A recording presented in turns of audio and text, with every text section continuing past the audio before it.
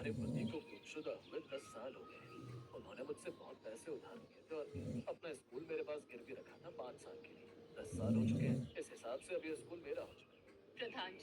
प्रधान जी, ऐसा मत कीजिए। अब तो वो स्कूल चलता भी नहीं। अगर वो स्कूल आप हमसे ले लेंगे तो हम दोनों माँ बेटी क्या करेंगे? हम लोग तो उस स्कूल में रहते भी हैं। हम रहेंगे कहाँ? मैंने तुम लोगों का ठेका नहीं ले रखा है, और रही स्कूल की बात तो मैं इस स्कूल को फिर से चालू करूंगा और लाखों रुपए कमा लूंगा। अगर तुम लोग चाहो तो दोनों माँ बेटी यहाँ झाड़ू लगाने का काम कर सकती हो, मैं तुम्हें रहने को भी दूंगा। रहने दो माँ। इन जैसे लालची लोगों के मुंह लगेंगे तो हम भी इनकी तरह लालची बन जाएंगे। अभी अंडे से निकली नहीं और जबान चलने लगी तेरी। मेरे सामने बड़े से बड़ा मर्द नहीं बोल सकता इस गाँव का, और तू मेरे सामने जबान चला रही है। तूने अभी स्त्री को ठीक ढंग से पहचाना नहीं।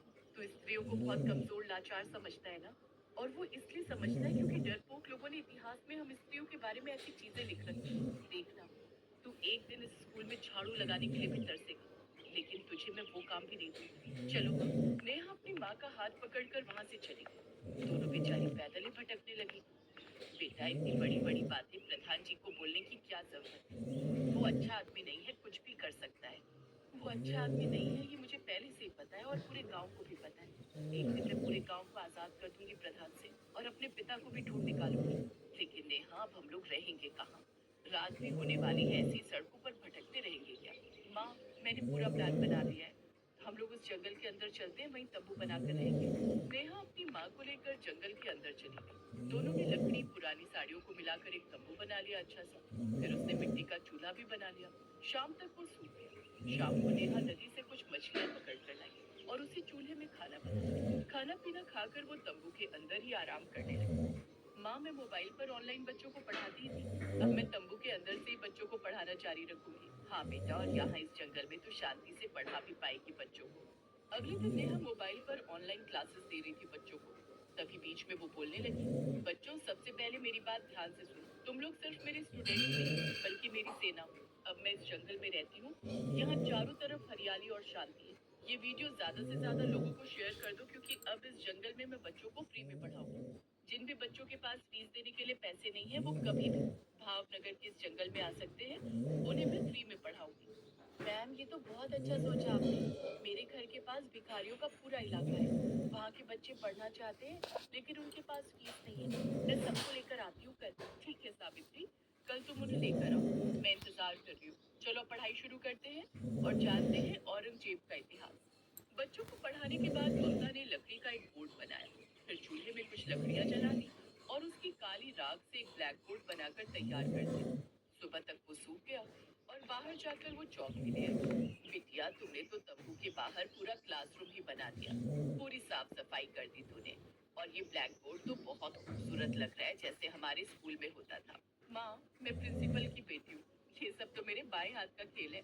थोड़ी देर बाद उसकी स्टूडेंट सावित्री बहुत सारे गरीब बच्चों को लेकर वहाँ आ गई। अब नेहा उन बच्चों को हर रोज मुफ्त में पढ़ाने लगी और पढ़ाते समय वो अपने मोबाइल से लाइव रहती थी। कुछ ही महीनों में ये बात पूरे देश में फैल गई कि नेहा बच्चों को एक जंगल के अंदर मुफ्त में पढ़ाती है। करोड़ों व्यूज आने की वजह से वो अच्छे खासे पैसे भी कमाने लगी। फिर एक रोज उसी जंगल में बहुत बड़ा बिजनेसमैन आया। नेहा जी, आप तो बहुत सारे लोगों के लिए प्रेरणा है। आपके पास ना घर है ना स्कूल, फिर भी आप इतने सारे बच्चों को फ्री में पढ़ाती हैं। मैं आपके साथ मिलकर एक स्कूल खोलना चाहता हूँ। पूरी इन्वेस्टमेंट मेरी तरफ से रहेगी। आप पहले ही वायरल हो चुकी हैं। हेलो हेलो, मिस्टर आदित्य, आप मेरे बारे में अभी जानते नहीं हैं। मेरे पिता का एक बहुत बड़ा स्कूल हुआ करता था, लेकिन नेहा ने अपनी पूरी कहानी आदित्य को बता दी। उसके बाद आदित्य और नेहा ने मिलकर एक प्लान बनाया उस प्रधान के खिलाफ। अगले दिन आदित्य अपनी रोल्स रॉयस कार लेकर प्रधान की हवेली पहुंचा। उसके आसपास तमाम बॉडीगार्ड्स और सिक्योरिटी थी। आप तो बहुत बड़े आदमी लगते हैं। क्या मैं आपका परिचय जान सकता हूँ? देखिए, मैं लंदन से आया हूँ। मैं इस गांव में एक फैक्ट्री डालना चाहता हूँ, इसीलिए आपकी परमिशन और जमीन भी चाहिए। मैनेजर, इन्हें 2 करोड़ रुपए दे दो और परमिशन लेटर पर सिग्नेचर करवा दो। 2 करोड़ रुपए कैश देखकर प्रधान के मन में लालच आ गया और उसने बिना देखे ही पेपर्स पर सिग्नेचर कर दिए। अगले दिन आदित्य नेहा के साथ उसके स्कूल आया। मुनीम और प्रधान वहीं पर मौजूद थे। प्रधान, आज तो मुझे पूरी दुनिया जान गई है। तुम तो पहले से ही जानते हो। चुपचाप ये गांव छोड़कर निकल जाओ क्योंकि ये स्कूल तो मेरे नाम हो ही चुका है। तुम्हारे सारे खेत, तुम्हारी हवेली, सब मेरे नाम हो चुके हैं। ये देखो, इन कागजों पर तुमने ही साइन किया है ना। इसका मतलब तुम लोगों ने मेरे साथ धोखा किया। धोखेबाज के साथ धोखा नहीं करेंगे तो क्या उसकी आरती उतारेंगे? चल भाग यहाँ से तुरंत, वरना अभी पुलिस और मिलिट्री सब बुला लूंगी यहीं पर। अब मजबूरी में प्रधान को वो गांव छोड़कर जाना पड़ा। अब उसकी हवेली, सारे खेत और वो स्कूल, सब कुछ नेहा के नाम हो चुका था। धीरे धीरे रात हुई। नेहा, उसकी माँ और आदित्य जैसे ही स्कूल के अंदर एंटर हुए, वैसे ही वहाँ पर एक तेज पीली रोशनी हुई, जिससे पूरा स्कूल सोने का बन गया और स्कूल की जितनी बेंचें थी वो चांदी की बन गई। नेहा जी, ये कैसा चमत्कार है? पूरा स्कूल तो सोने चांदी का बन गया। इतने में वहाँ पर नेहा के पिता की आत्मा प्रकट हुई। ममता, नेहा, आज मैं बहुत खुश हूँ कि तुम लोगों ने मेरा बदला ले लिया। इस प्रधान ने मुझे अगवा करके किसी स्कूल के तहखाने में डाल दिया था, ताकि वो स्कूल तुम लोगों से हड़प सके। मैंने खुद को बचाने की बहुत कोशिश की, लेकिन नहीं बचा पाया और ये दुनिया छोड़कर चला गया। पर अब मुझे शांति मिल चुकी है। आप इस तरह हमें छोड़कर नहीं जा सकते। पापा, पापा भगवान से बोलकर आप वापस लौट आइए ना। ये सब कुछ मैंने आपको पाने के लिए ही तो किया था।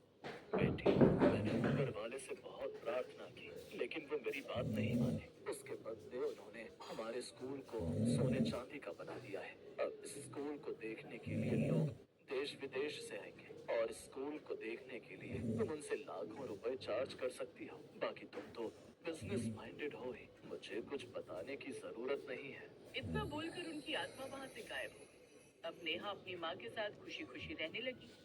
आदित्य ने सोने चांदी के स्कूल के पास ही एक दूसरा स्कूल भी खोल लिया कुछ ही सालों बाद। नेहा, मैं इतना बड़ा बिजनेसमैन तो बन गया हूँ, लेकिन मेरे आगे पीछे कोई नहीं है। अब मैं भी अपना परिवार बसाना चाहता हूँ और मुझे लगता है तुमसे अच्छी लड़की मेरे लिए कोई नहीं मिलेगी। क्या तुम मुझसे शादी करोगी? आदित्य, मुझे भी आपका नेचर और आपका बिहेवियर बहुत पसंद है, लेकिन आपको मेरी माँ से मेरा हाथ मांगना पड़ेगा। माँ ने सब कुछ सुन लिया है। मैं तो कब से चाह रही थी कि तुम दोनों शादी कर लो, क्योंकि तुम दोनों की जोड़ी धमाल कर सकती है।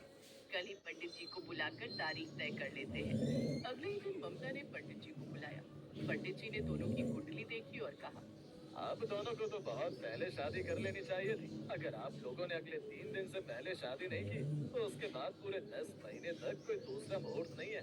पंडित जी, आप फिक्र मत कीजिए उसकी, हम लोग परसों ही शादी करेंगे। तो इस तरह 2 दिन बाद नेहा ने आदित्य से शादी कर ली और उसी गांव में खुशी खुशी अपनी जिंदगी बिताने लगी।